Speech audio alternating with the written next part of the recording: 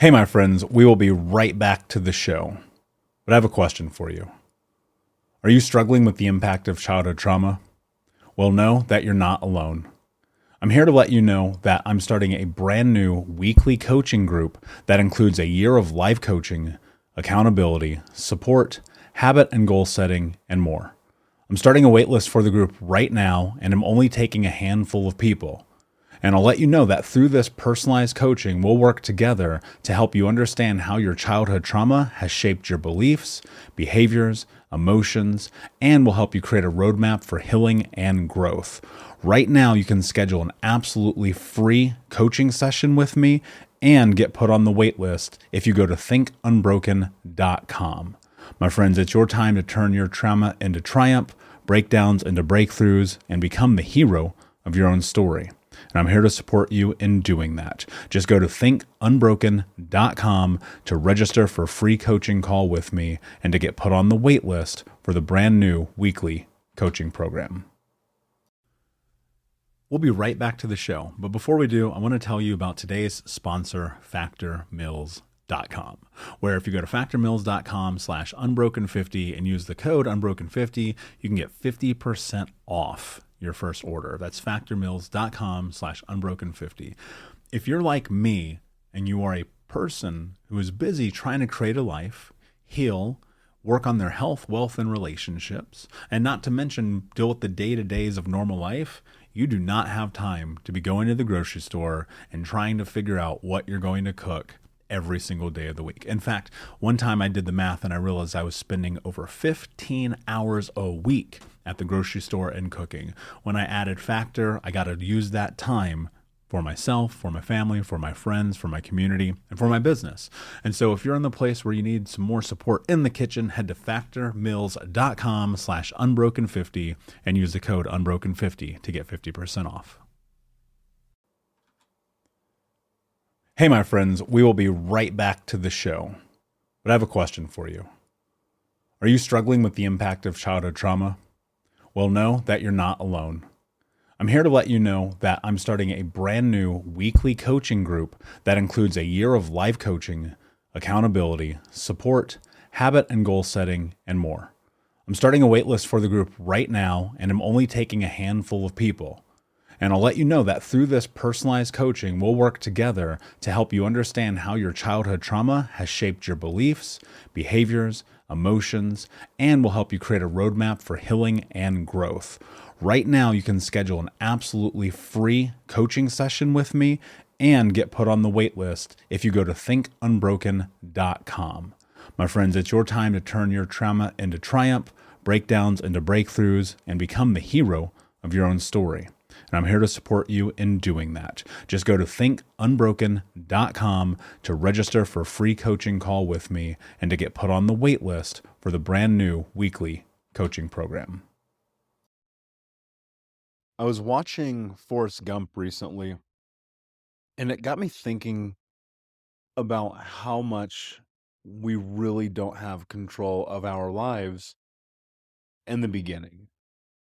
You know, when Forrest is sitting on the bench, he says, "Mom always told me life is like a box of chocolates. You never know what you're going to get." Like, I get that. I'm sure you get that too.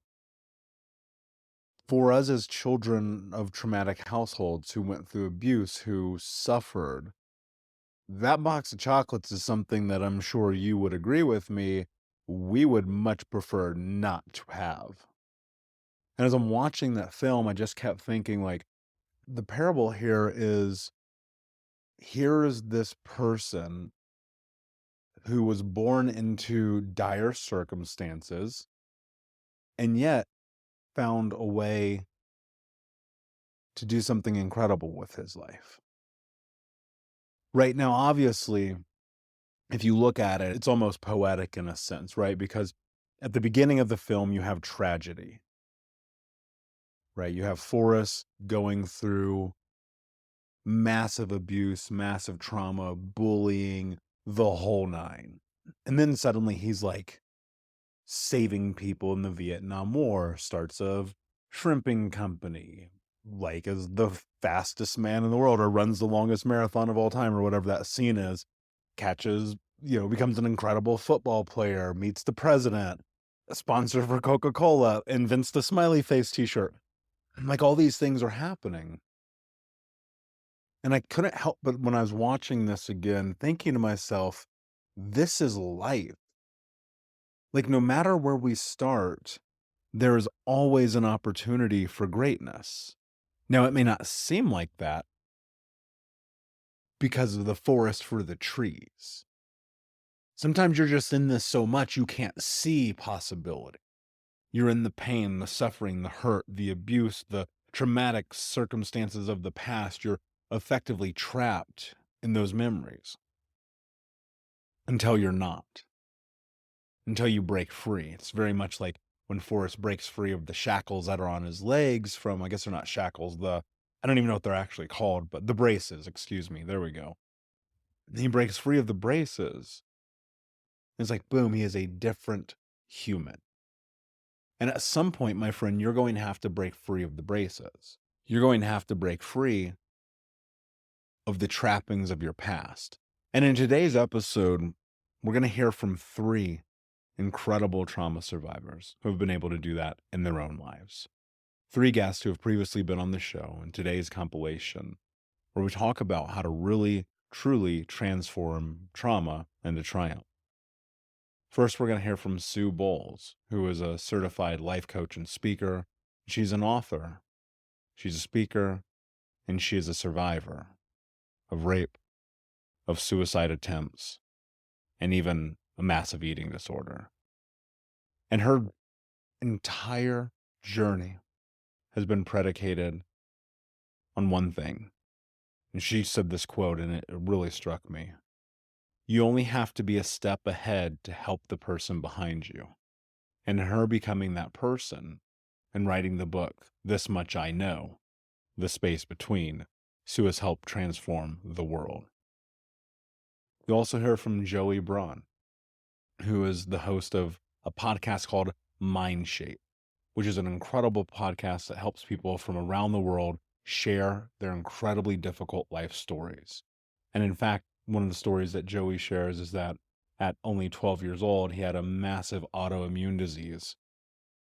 He was bullied throughout high school, and he carried that trauma for over a decade. And then he started sharing his story. He started helping people. He started using that trauma to turn it into triumph.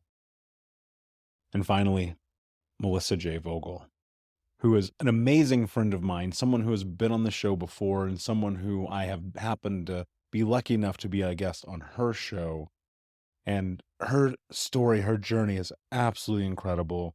From sleeping on mice-infested floors and child abuse to now being a keynote speaker, hosting workshops, writing books, and being an influencer and motivator for thousands of people around the world.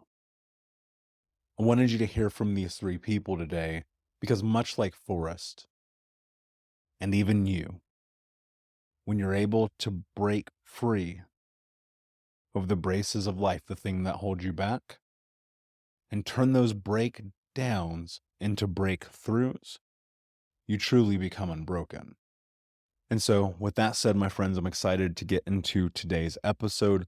Please go on Apple Podcasts, YouTube, or Spotify, or wherever you are listening to this show, and leave a review. Because every time you leave a review, you're helping other people find the show, and that means that you are playing your part of ending this generational curse. Thank you so much for being here, my friends. I'm excited for today's show, and without further ado, when you step into that level of grief, it's like, okay, good. You can mourn the loss of the thing that you didn't have, because I think unfortunately it's like, what I used to say, going back, I'm painting a picture here, going back to this idea of the stubbornness, I would go, my childhood didn't impact me. Are you sure? Yeah. Sure. You're lying to yourself. 50 pounds, smoking 2 packs a day, drinking myself to sleep. You sure?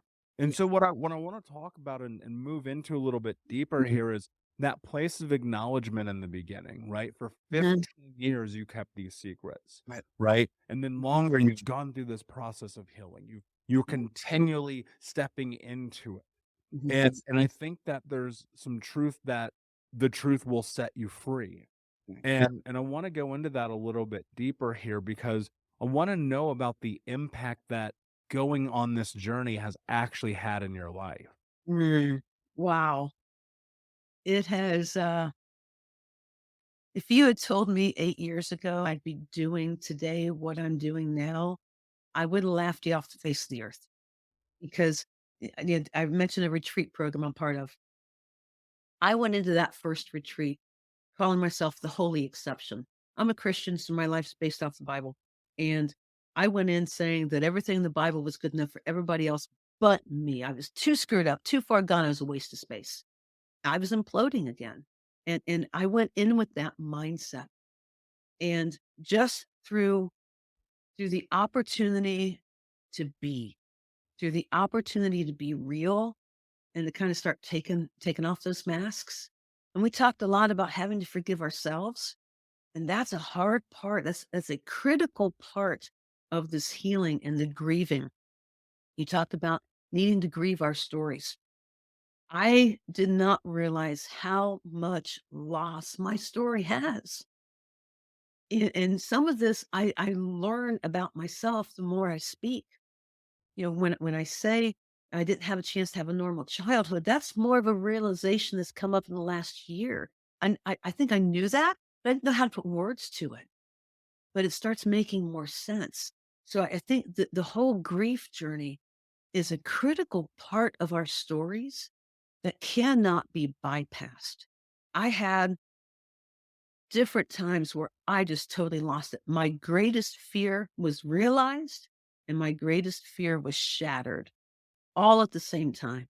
My greatest fear, and probably the same for many of your listeners, if I tell somebody, I'm going to cry and I'm never going to stop.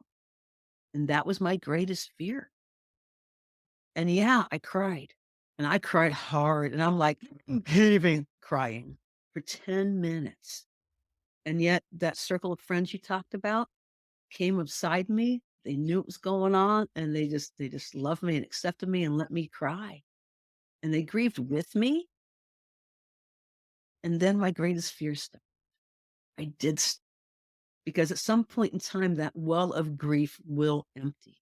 It may not fully empty. There's still little things like now, when it comes back, but it's not a debilitating grief.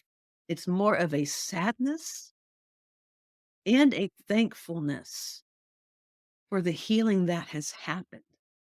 I never want to be disconnected from the emotion of everything I have gone through because I disconnected myself emotionally for decades, for over 4 decades.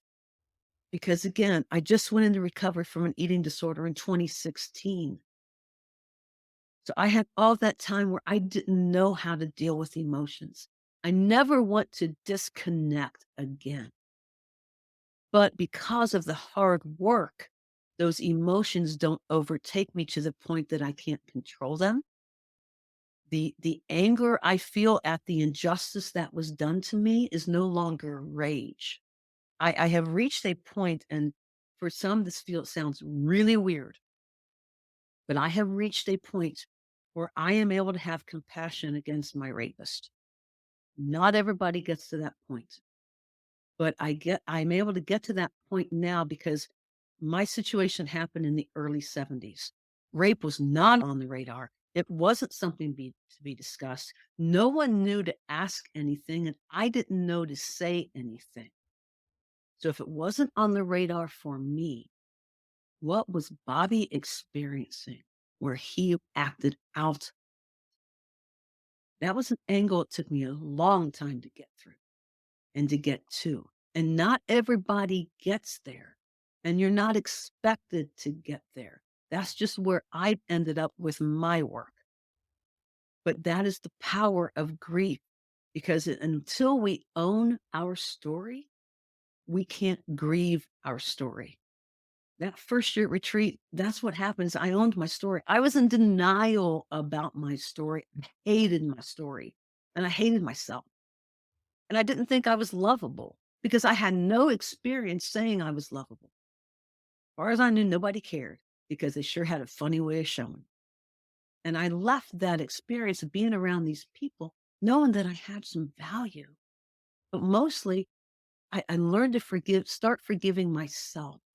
Not that I did anything wrong that day, but forgiving myself and letting myself off the hook for not dealing with it up to and healing. When Michael and I were saying that those first 3 years of healing are, this is what we mean. This is some of the stuff, the gut level stuff that has to be worked through in order to be able to start building on that foundation, because you're not going to believe that you're worthy if you're still blaming yourself for something.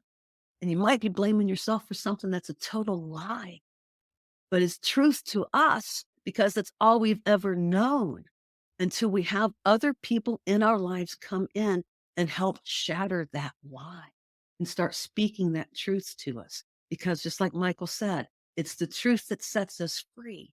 And we have to set that story straight. We've told ourselves a story about what happened ever since it happened, but that story isn't fully accurate. And that's what has to get worked out. And that's where that gut wrenching first few years comes in, because you're facing your story. And that means letting somebody challenge you to the different characters that are in it. And did this person really play that role? And what role did you really play? Okay, so for me, it came into blaming myself. I woulda, shoulda, coulda. I lived in woulda, shoulda, coulda land for so long.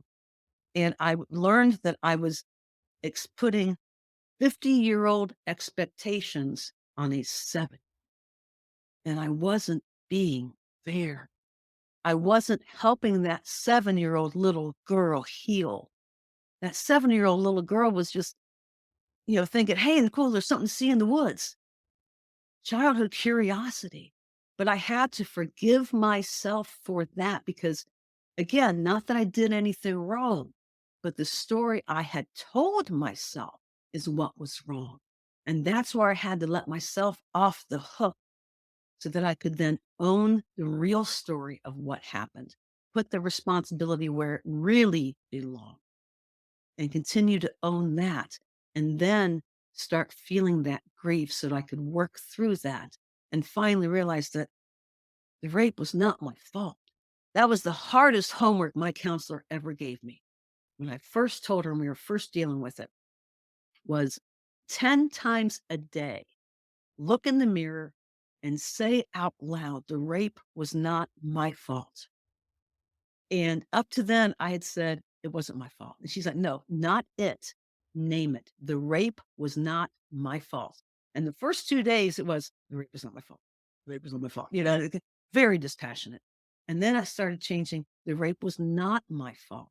The rape was not my fault. The rape was not my fault. And it became emphasis on different words. And now it's truth. It was true before, but now I believe it. That's some of the stuff that we're talking. I'm sitting with that because it brings to mind these moments in time in my own experience and many people I've seen in which like you have this, for lack of a better way to phrase it, is like coming to Jesus moment, right? Where you're like, oh, hold on a second, what is happening here? For you coming through that, like, what did that look like? I would love if you would paint a picture of really kind of the next phase in this journey for you, going from that mindset of victim into what was next, because there's that transition period, right? And I look at mine, it was 3 years for Yeah. me. 3 years. So I'd love for you to talk about what that was like and the shift that happened in the journey for you. Yeah. So let's see. So more backstory on this, just to give the audience some more context. So at the age of 25, that was when I quit my last freaking night job. I worked up to 4 jobs, putting myself through college while building a business because that was the only way I can do it. I'm a big fan of NF, and he has a song called Options. And it says, I got to make it or make it. These are the options. And I finally thought I made it. I finally thought that I made it. And literally 3 months later, after buying the dream house and the dream car, which I came from a very humble beginning. So that was not like a gigantic car or a gigantic house. But I finally thought that I made it. 3 months later, I was interviewing neurosurgeons. Couldn't remember how to get home. I'm right-handed. I couldn't open my hand all the way because of nerve damage. My right foot was literally curling up and I was walking with a limp on it. And I could barely remember how to spell my name. And what they told me is you have Chiari malformation. And for the audience that's probably not super familiar about that because it's very rare. And also they are just starting to finally be able to properly treat it. There's about 5 Chiari specialists in the United States that truly, truly specialize it, or at least back then that was the case. Anyways, that means your brain doesn't physically fit in your skull and is beating into your skull every single time your heart beats. And I had a big, big pity party. I felt like a victim. I felt like I was cursed. I felt like I felt like everything that I worked for literally meant nothing. Like I literally felt like I was just getting laughed at by the universe. It was like, screw you, Mallissa, you're cursed. And I felt like that for a long time. I felt like that basically for the majority of 2015. But every single day I would try to get up and I would try to act like I didn't feel that way. I tried to go back to who I used to be. I tried to sit there and be like, okay, like I'm just going to pretend this didn't happen. And that just makes it worse every single time because I wasn't coping with the emotions and the fact that I felt like I was not fulfilling my potential. I wasn't working through and understanding that all of ththese surgeries, because I had to get 12 of them back to back, all of these surgeries were painful, but the most painful thing was knowing that I could die spontaneously and I gave up on my dreams. I wasn't confronting any of these emotions. And it wasn't until I started really, really going through and being like, okay, who you used to be doesn't exist anymore. You need to build the new version of yourself. That was the only pivotal moment that I could do something because every single morning I'd get up and try to act like I was who I used to be. And then I would black out and be bedridden for about 2 to 3 days because I was not able to even be upright for more than 3 hours at a time. So that's what that transition looked like. It came to accepting it. It came to seeing other people with the same condition I had dying spontaneously that would give every single second that they possibly could to have the 3 hours I had with my ability to stand upright. And what was I going to do with it? Was I going to just flush it down the drain and be a victim? Or was I going to make something out of it? And that acceptance phase, going through the emotions and seeing that there are other people going through the same thing I was, that was the big transformation in which I realized, okay, what am I going to do with this adversity? What does it mean? I get to dictate what it means, and everybody does. And I think that it's okay to be scared about that because it's unknown territory. And even today in this moment, you're doing something you've never done before for the first time. So, like, you can have grace, you can have empathy for yourself, but I think really if you want to step into what's next in your life, you've got to be willing to do the difficult things. And so one of the things that I appreciate about you, and I know that you've been able to do in having difficult conversations, is starting your podcast. And one of the reasons that I did and created Think Unbroken is I was like, I want to put together the thing that I need for other people, that I need for me, that I need for the world. And in a sense, this is kind of right because I'm always getting to learn from people. What do you think is one of the most important lessons that you've learned from other people in your journey of healing? Ooh. We've had a ton of people on the podcast. You know, it's the perspective of the world. While we have our own worlds and it's important that we take care of ourselves, it's also really, really important to understand what's going on in other people's lives. What other people deal with on a daily basis is going to be completely different. It could be similar, but a lot of times it's really different from what we go through in life. To be able to sit down with over 80 people now and hear stories about someone who was in a house fire, someone who was sexually assaulted, someone who had cancer, someone who's going through chemotherapy, so many different stories, someone who went through a huge weight loss campaign, lost a lot of weight. You learn about what people go through mentally and physically and how they deal with the things in their lives. And it's so powerful to gain that perspective and understand that we all are going through something difficult. If someone's not showing that, they might be a good actor, but we're all going through stuff on a daily basis. And it's important to have that perspective and understand that so we can show more compassion towards other people. It's huge. And like I said, there's this dichotomy because You said we have to be kind to ourselves, and we also have to be real with ourselves. And that's a balance, right? You can't be so hard on yourself that you destroy yourself. And you can't be so easy on yourself that you never go anywhere. So there's this balance that needs to be found. And when we say balance, I think people get confused that they literally have to balance it right now. I think with balance, you go one way and then you adjust to kind of balance it out, right? I went really hard on myself. I got really hard on myself, not just hard on myself and like I suck, right? It's hard on myself like, hey, I don't like this about me. I don't like that. I don't like how I do that. I don't eat right. I don't stretch. I don't go to the gym. I don't run. I don't like that about myself. And I don't listen when other people, I'm in conversations with people. I just talk about myself. Those things, like that self-awareness you build is insane. It helps you grab control of the life that you have. And inherently, we can only control us. We can't control other people. But what you said with the podcast, with perspectives, it's important to be able to step into other people's shoes and hear their stories. Thank you so much for listening to Think Unbroken.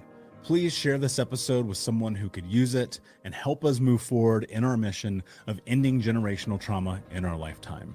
And if you would, please take 5 seconds to pop on iTunes or Spotify, hit that 5-star, leave a review, and you can also reach out to us on social at Michael Unbroken or at Think Unbroken.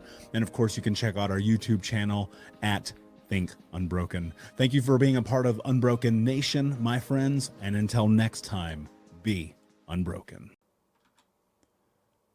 Hey, my friends, we will be right back to the show, but I have a question for you. Are you struggling with the impact of childhood trauma?